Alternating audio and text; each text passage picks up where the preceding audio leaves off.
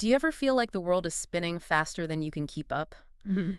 Leaving you feeling utterly overwhelmed by the sheer pace of it all? Oh, absolutely. One minute you're grappling with some new tech trend, the next it's an unexpected global event, and then there's just, well, life itself, right, with its constant demands and curveballs. Right. It feels like a universal thing, this search for some solid ground in a world that feels, I don't know, increasingly unpredictable. It truly is. That feeling like external control is diminishing, that constant barrage of information.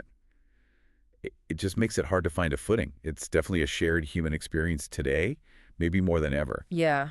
A lot of us are looking for a way to navigate this landscape without being constantly sort of buffeted Yeah, around. exactly. And often we reach for the latest shiny solution, don't we? A new productivity app, or maybe a trending self-help book, some quick fix promising to simplify everything. The quick fix. But what if the answer isn't something brand new? What if it's something like profoundly ancient?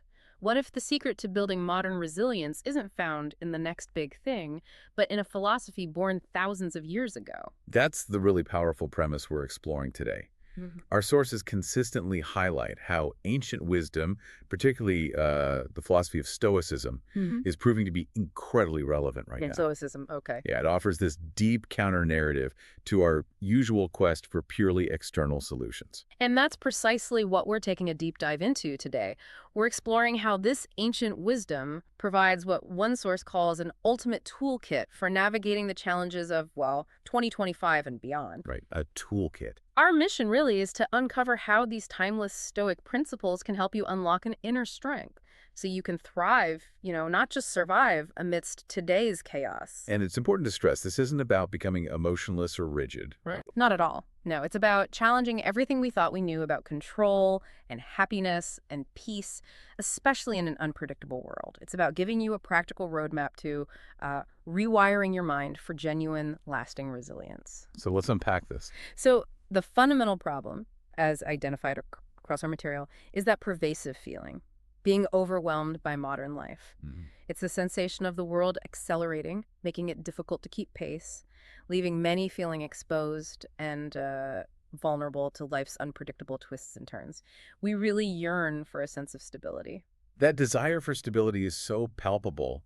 We're all looking for a way to not just tread water, but to truly master the currents. Yeah. The search is on for tools, strategies, really anything that offers a sense of agency and control, even when the external world feels completely out of our hands. We want to feel like we're steering our own ship. Exactly, not just being tossed by the waves. And this is where Stoicism offers such a compelling solution. It makes the core claim that it's, and I quote, more relevant now than ever. More relevant now.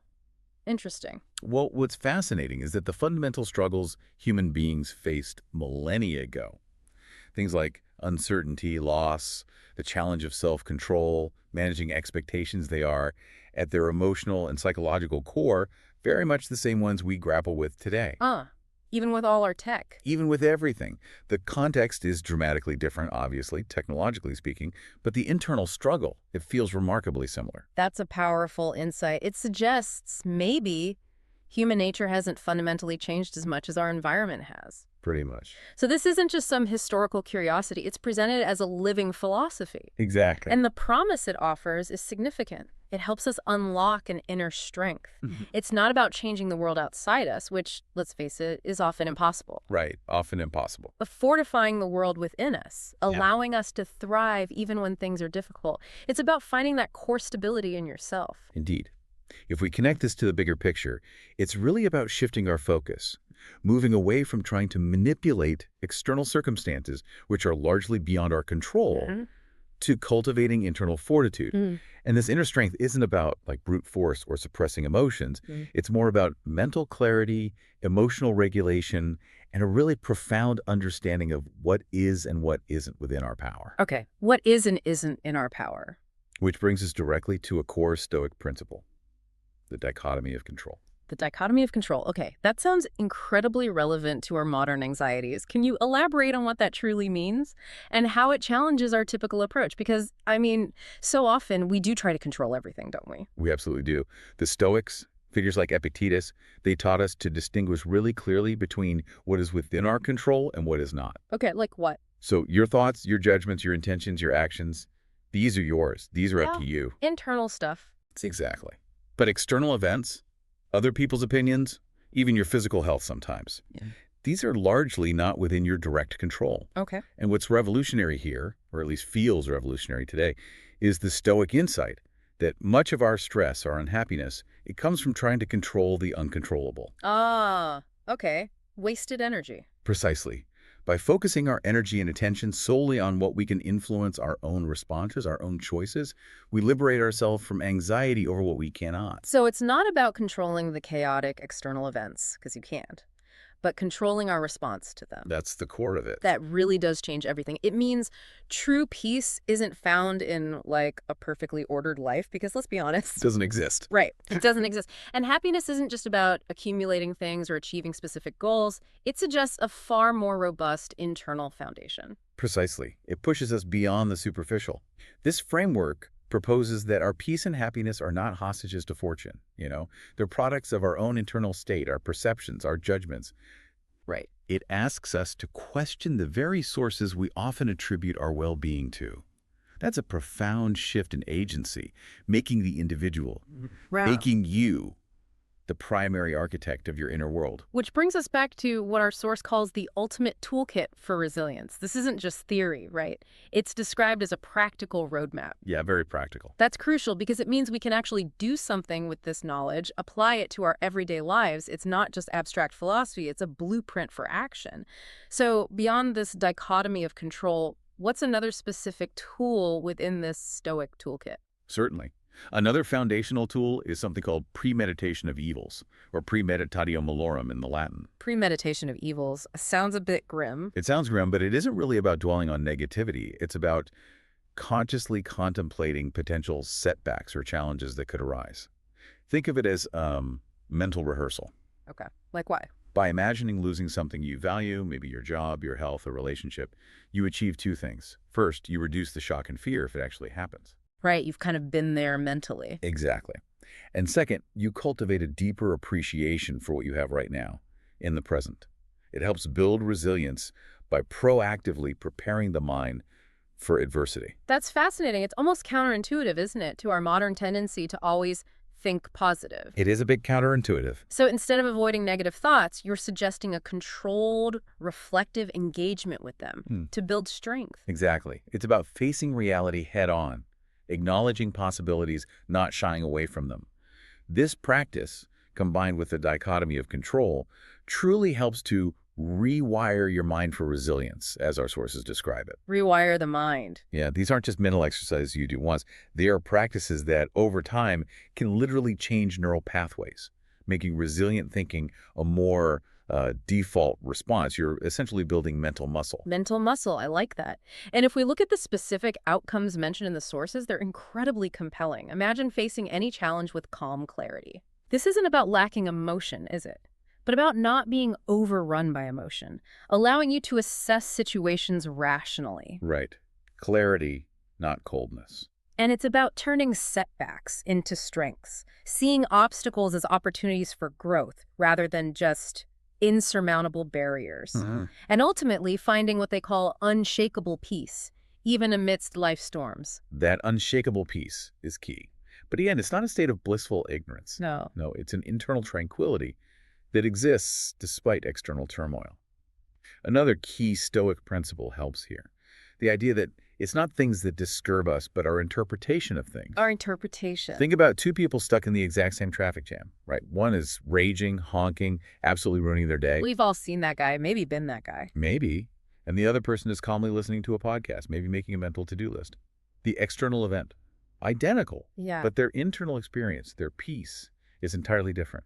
It's determined by their judgment, their interpretation of the traffic jam. That really drives home how much agency we actually have, even in those mundane frustrations we face every single day. Absolutely. So whether it's the relentless news cycle, the pressures of work, or personal upheavals, these tools provide a framework, a way to process and respond without being completely derailed. Exactly. It's not about ignoring the chaos out there. Right. It's about engaging with it from a position of inner strength.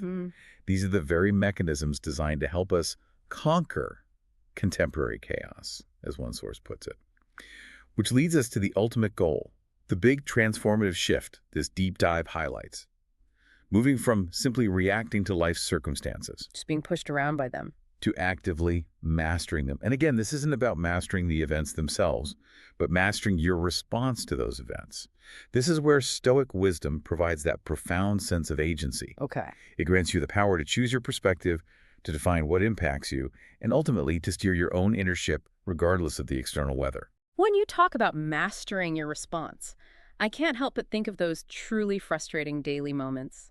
You mentioned the traffic jam, but what about the endless email inbox or the unexpected crisis at work or even just a challenging conversation? Yeah, the daily grind stuff. How would someone practicing these Stoic principles approach those situations differently to truly master them? Not just cope, but master. That's an excellent question. Let's take that overflowing email inbox or the sudden work crisis.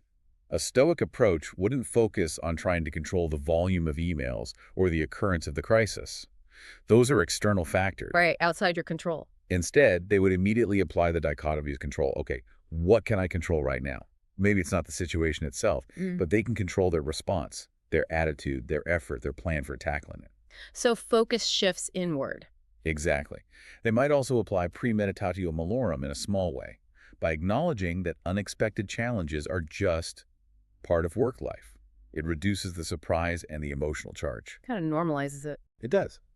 And most importantly, they would remind themselves that their peace of mind isn't dependent on a perfectly clear inbox or a crisis-free day, but on their internal state and their rational action in response to whatever happens. So instead of being like a leaf in the wind, constantly buffeted, you become more like, I don't know, a sturdy tree, Yeah.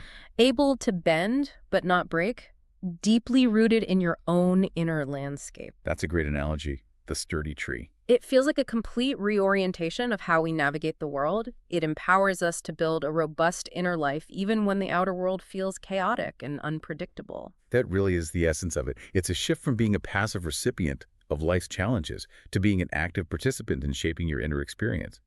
Leveraging these timeless tools to transform adversity into a source of personal growth and an opportunity to reinforce that unshakable peace. What an incredible perspective to gain from this. We started by acknowledging that universal feeling, didn't we? Being overwhelmed by today's chaos. Hmm. And what we've unpacked today is this truly powerful idea that the secret to navigating, well, 2025 and beyond isn't some fleeting trend, but ancient wisdom, specifically Stoicism. Yeah, more relevant now than ever. It offers this ultimate toolkit, including that dichotomy of control, the negative visualization, the power to reframe our perceptions.